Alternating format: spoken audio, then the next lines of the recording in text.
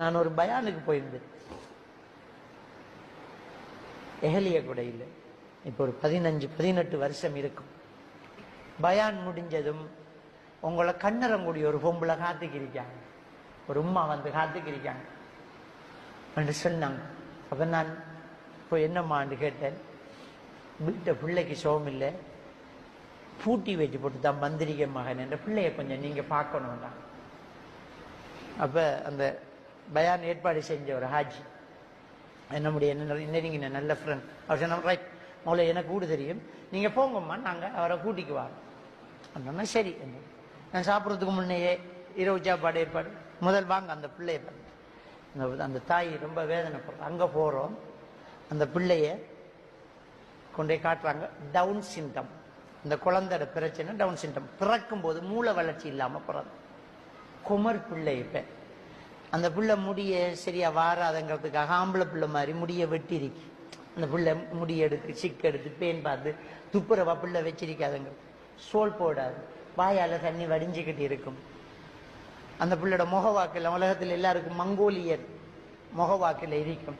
அந்த பிள்ளை சோல் போடாது, ஒரு நெடிய சோட்டி அவ்வளவுதான் போட்டிருக்கு. அது டொய்லெட்டே அதுக்குள்ளாம் போகும். அந்த பிள்ளைய ரூம்ல வச்சுக்க, அந்த ரூமை கழுவுறா துப்புரவு செய்யற. ஆனா ஒரு பெரிய ஆள யூரின் கக்கா அடிக்கடி கழுவப்பட்ட ரூமுக்கு நமக்கு மூக்க வச்சுக்க நுழையல.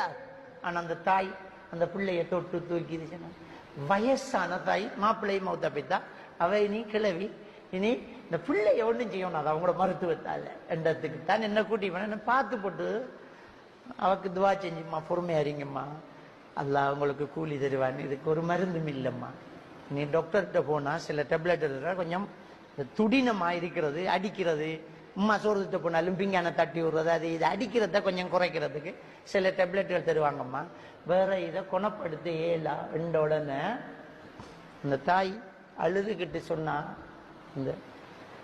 அந்த ஷோல்ல முந்தானைய இப்படி பிடிச்சி கையேந்தி வானத்தை பார்த்து அந்த தாய் ஒரு துவா கேட்டா, யா அல்லாஹ் எனக்கு முன்ன இந்த பிள்ளைய மௌத்தாக்கி யா அல்லாஹ்,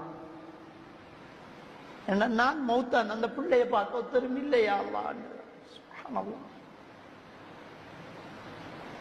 இந்த தாயிர ஒரே யோசனை தான், நான் மௌத்து வரைக்கும் பார்க்கலாம், எனக்கு வயசாயிட்டு போகுது, வாழ ஆசை இல்ல. அவ என்ன சொல்றான்டா, இந்த பிள்ளைய எனக்கு முன்ன மௌத்தாக்கிறியா அல்லாஹ், நான் மௌத்தான் அந்த பிள்ளை யாரு பாப்பா, ஆறு பீகளுவா, ஆறு வருவா, ஆறாள் வருவாங்களா, வர மாட்டாங்களே. அப்ப இந்த தாய் அந்த பிள்ளைய பெத்தட்டில இருந்து இன்னைக்கு வரைக்கும் அந்த பிள்ளைக்காகத்தான் தன்னுடைய வாழ்க்கையை அர்ப்பணிச்சிக்க. ஒரு கல்யாணத்துக்கு போயிருப்பாளா, ஒரு பெருநாள் திடலுக்கு போயிருப்பாளா, ஒரு டூர் போயிருப்பாளா, ஒரு சந்தோஷ நிகழ்ச்சி அனுபவிச்சிருப்பாளா, ஏதாவது ஒரு மகிழ்ச்சி அவளை வாழ்க்கையில் இருந்திருக்குமா? வயிற்றுல வளர்த்த பிள்ளைய பெத்தெடுத்து இந்த வயதான நிலை வரைக்கும் அந்த பிள்ளைக்கு பீ மூத்திரம் கழுவிட்டு கடைசியா கேட்கிற துவா, யா அல்லாஹ் எனக்கு முன் அந்த பிள்ளைய மௌத்தாக்கு யா அல்லாஹ். ஏன் நான் மௌத்தான் அந்த பிள்ளைய தூக்க சாத்த ஆள் இல்லை, பாப்பா இல்ல மௌத்தா போயிட்டார், சகோதரங்க கல்யாணம் பண்ணி போயிட்டாங்க, அது வந்து நிக்காது. இதுதான் அந்த தாயினுடைய கடைசி ஆசை. சுப்ஹானல்லாஹ், நீ செத்து போயிட்டேன்னா என்ன ஒரு பாசம், என்ன ஒரு தாய்மை. இந்த தாய்மையை எவ்வளவு கையில தூக்கணும், இந்த தகப்பனை நம்ம எப்படி சுமக்கணும், அந்த தாய் தகப்பனை எப்படி மதிக்கணும், இது விளங்காம இந்த காதலிக்கிறவங்க இருக்காங்க. சுப்ஹானல்லாஹ், உலகத்துல நான் பார்க்கிற பெரிய துரோகி இஸ்ரேலை விட துரோகி அவங்க. இந்த இஸ்ரேல்காரனை விட ஒரு துரோகி இருக்குமெண்டா இந்த லவ் பண்ணி ஓராக்குது. தாய் தகப்பனை போட்டு மிதிக்கிறவங்க இவங்கதான். சுப்ஹானல்லாஹ். இப்ப பிள்ளைகள மனநிலை மாறணும், தாய் தகப்பனை மதிக்கணும், அந்த தாய் தகப்பனுக்கு இஸ்லாம் கொடுக்கிற அந்தஸ்தை தெரியணும். இப்பவாவது நம்ம அம்மா பாப்பாவோட போய் பேசுவோம். எப்பயாலும் ஒரு நாளைக்கு போய் பாக்குறதில்ல வாப்பா அம்மாவை, அதை பாக்குறதுதான் நம்மளோட முதல் வேலையா இருக்கணும். கொஞ்ச நாளைக்கு தான் மவுத்தாயிடுவாங்க. அந்த மவுத்துக்கு முன்னுக்கு மனமாற அன்பு காட்டுங்க, மனமாற கட்டி குடிங்க, மனமாற முத்தம் கொடுங்க. அம்மா கொஞ்சம் தாமா காலை நீட்டு போனோம், மடியில கொஞ்சம் படுக்க போறோமான்னு படுங்க. மையத்தை வச்சுக்கிட்டு உங்களால ஒன்றும் பண்ண முடியாது, ஒன்றும் பண்ண முடியாது. ஒரு பொக்கிஷம் உங்களுக்கு தாய் தகப்பன் உசுரோட இருந்தா சுப்ஹானல்லாஹ் நீங்க பாக்கியசாலி. அந்த பாக்கியத்தை வச்சு சொர்க்கம் நுழைஞ்சு.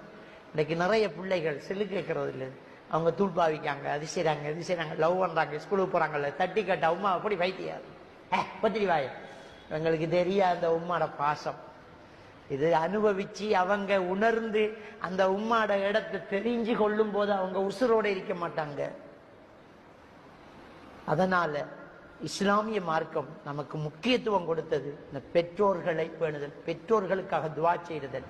பெற்றோர் மையத்தை உள்ளுக்கு கொண்டாந்து ஆட்கள் தொழுறாங்க. அந்த பொடியன் வெளியில நிக்கான்டா, இவனை விட மோசமான ஒருத்தன் இருக்கானா? ஏன்னா அவருக்கு தொழுவுற இல்லை, தொலை தெரியா. மையத்தை பள்ளிக்குள்ள ஊரான் தொழுவிக்கான், ஊரான் துவா செஞ்சுட்டிருக்கான். அவர் சந்துக்கு தூக்கி மாத்தி கொடுத்தோடு கடவுள நிக்கான், கொண்டை புதைக்கிறதுக்கு ரெடி இருக்கு. நீ எல்லாம் ஒரு பிள்ளையா? நீ ஒரு பிள்ளையா? நபிகள் நாயகம் ஸல்லல்லாஹு அலைஹி வஸல்லம் சொன்னாங்க, இதாமா ஆதம் இப்னு ஆதம் இன்கத அமலுஹு இல்லா மின் ஸலாத். ஒரு மனிதன் மரணித்தால் 3 விஷயத்தை தவிர மற்ற எல்லாமே துண்டிச்சிடும். இந்த 3 அவன கபருக்கு போயிட்டே இருக்கும். முதல் விஷயம் வலதின் சாலிஹின் யதுஉ லஹு, நமக்காக துஆ செய்யக்கூடிய நம்முடைய பிள்ளைகள். பிள்ளைகளை என்னமோ நல்லா தான் பெற்றோர்கள் வளர்க்குறாங்க. அந்த பிள்ளைகளுக்கு வாப்பாக்கு துவா செய்யறதுக்கு மறக்குது, உம்மாக்கு துவா செய்ய மறக்குது. அண்டா என்ன பலன், நம்ம என்ன பிறப்பு, நம்ம என்ன செய்த, நம்ம எவ்வளவு நன்றி கெட்டவர்கள். முதல்ல அல்லாவுக்கு நன்றி உள்ளவர்களாக, அடுத்தது பெற்றோர்களுக்கு நன்றி உள்ளவர்களாக நடக்குமாறு அல்லாஹ் குர்ஆன்ல சொல்லான். வஷ்குர்லி வலிவாலிதைக்கிறான். அதை நானும் நீங்களும் கடைபிடிக்க வேண்டும். எல்லாம் வல்ல அல்லாஹ் சுப்ஹானஹு வ தஆலா நம் அனைவரையும் ஈமானோடு வாழ வைத்து ஈமானோடு மரணிக்க செய்வானாக.